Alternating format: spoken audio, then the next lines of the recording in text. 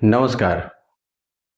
अगर आप क्लास 10 के विद्यार्थी हैं और 2026 में बोर्ड के एग्ज़ाम बिहार बोर्ड से देने वाले हैं, तो आप अभी एग्ज़ाम की तैयारी कर रहे हैं, तो आज के वीडियो में हम जो है समझेंगे कि संस्कृत के विषय की तैयारी कैसे करें, किन किन चीज़ों को पढ़ें, क्या किन किन चीज़ों को ना पढ़ें और कैसे पढ़ें। क्योंकि एग्ज़ाम को क्लियर करने का एक अलग तरीका होता है, पढ़ने का अलग तरीका होता है। पढ़ने के लिए आप कुछ भी पढ़ सकते हैं, लेकिन एग्ज़ाम में कुछ पढ़ करके नहीं नंबर लाया जाता। सीक्रेट चीज़ों को पढ़ा जाता है, फ़िल्टर किए हुए चीज़ों को पढ़ा जाता है, चुन करके पढ़ा जाता है और वही चीज़ जो है एग्ज़ाम में मैच कर जाते हैं।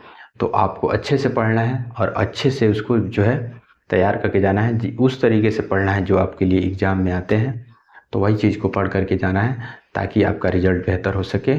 तो आज के वीडियो में हम इस तरह की बातों को समझेंगे कि किन चीज़ों को पढ़ना है, किन चीज़ों को नहीं पढ़ना है और कैसी चीज़ों को तैयार करना है, क्या है उसका सीक्रेट तरीका।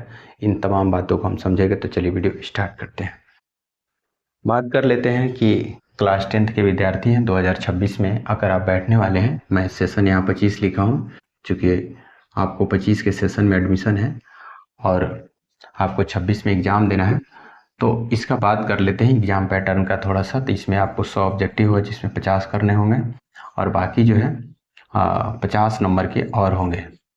इसमें जो है बात कर लेते हैं आपका 50 नंबर का जो आएगा, जो 50 नंबर का, ये तो 50 सब्जेक्ट ही हो गया। 50 जो नंबर का जो क्वेश्चन आएगा वो आपकी बुक से आएंगे, है ना, बुक से आएंगे। और इसमें ग्रामर भी हो गया, मैंने कहने का मतलब व्याकरण से भी क्वेश्चन होंगे। बुक की बात करें तो आपके बुक में 14 चैप्टर है, 14 चैप्टर है। हर चैप्टर में जैसे कुछ ऐसे चैप्टर है, जैसे पहला चैप्टर है मंगलम पाठ है, उसका श्लोक है, उसका हिंदी अर्थ जरूर आता है, 100% आता है।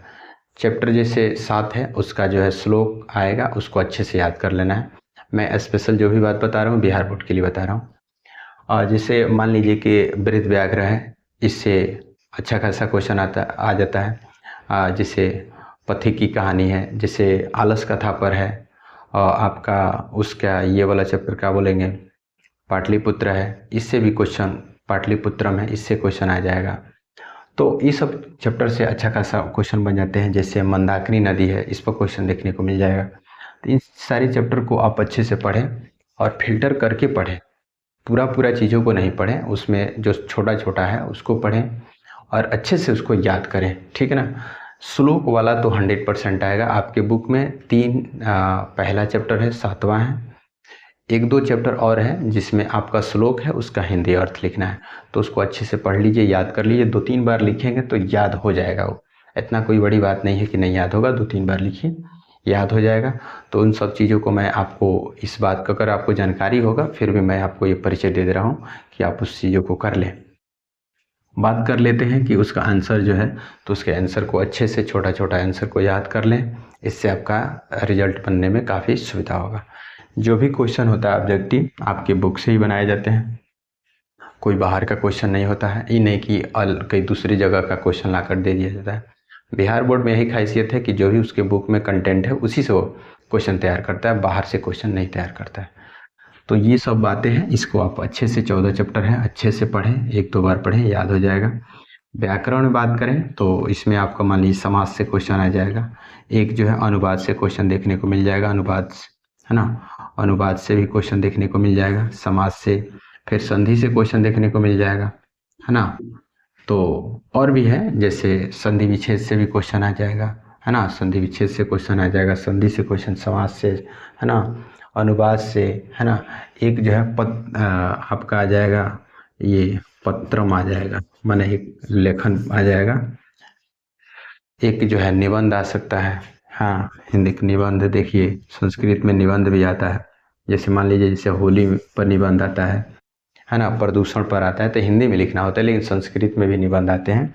तो इस पर भी अच्छा खासा 10 नंबर का आ जाता है, देखने को मिल जाता है। तो ये सब चीज़ों को अच्छे से पत्र पर भी अच्छा से कर लीजिए। मान लीजिए कि आप बुक का आंसर नहीं याद कर पाते हैं, नो डाउट इस पत्र को तैयार कर लीजिए, 2-4 बार लिख लीजिए, इसको एकदम याद कर लीजिए, निबंध को 2-4 बार प्रैक्टिस कर लीजिए, 10 नंबर पक्का हो जाएगा। ऑब्जेक्टिव अगर आप बनाते हैं, मान लीजिए खूब आपसे गलती होता है तो 20 गो गलती होगा, 30 नंबर सही हो जाए, 30 गो सही होगा, 10 गो यहाँ से, 30 गो यहाँ से, 40 गो यहाँ से आप मान लीजिए 10 नंबर तैयार कर लेते हैं, 50 आपका आराम से रिजल्ट क्वालिफाई कर जाएंगे।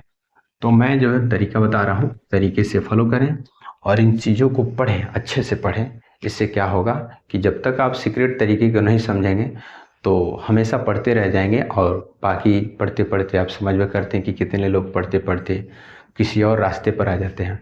तो अच्छे से सीक्रेट तरीके से पढ़ना है, रिजल्ट को अच्छे से क्वालिफाई करना है, ताकि आने वाला फ्यूचर आपका गलत ना हो और आपको किसी और चीज़ का डिसीजन लेने में दिक्कत ना हो। हम ऐसे ही जो है वीडियो आप तक लेकर आते रहते हैं और ऐसे ही तैयारी कराते रहते हैं। चैनल पर पहली बार है तो सब्सक्राइब कर लीजिएगा, बेल आइकन प्रेस कर लीजिएगा। इसके पहले मैंने मैथमेटिक्स की तैयारी कैसे करते हैं, साइंस की तैयारी कैसे करते हैं, और इसके पहले मैंने हिंदी की तैयारी कैसे करते हैं, इसका तीनों वीडियो मैंने अपलोड किया है, वो भी देख लीजिएगा। संस्कृत का भी देख लीजिएगा। इसके बाद वाले जो सब्जेक्ट है, चूँकि कुल मिलाकर आपको छः पेपर होगा, यानी कि कहने का मतलब 600 नंबर का पेपर होगा, बट उसमें 500 नंबर का दिखाया जाता है। इंग्लिश का नंबर नहीं जुड़ता है 100 नंबर का, ठीक है ना। तो ये जो है, बट 30 नंबर से इसमें से भी कम लाइएगा तो फेल लिख देता है। तो इसमें से आपको पास होना ही पड़ेगा और अच्छे से ही इसको भी तैयार करना पड़ेगा। ऐसा नहीं कि इंग्लिश तो खैर इसका तैयार हो जाता है, 30 नंबर किसी तरह आ ही जाता है, उसका तरीका होता है।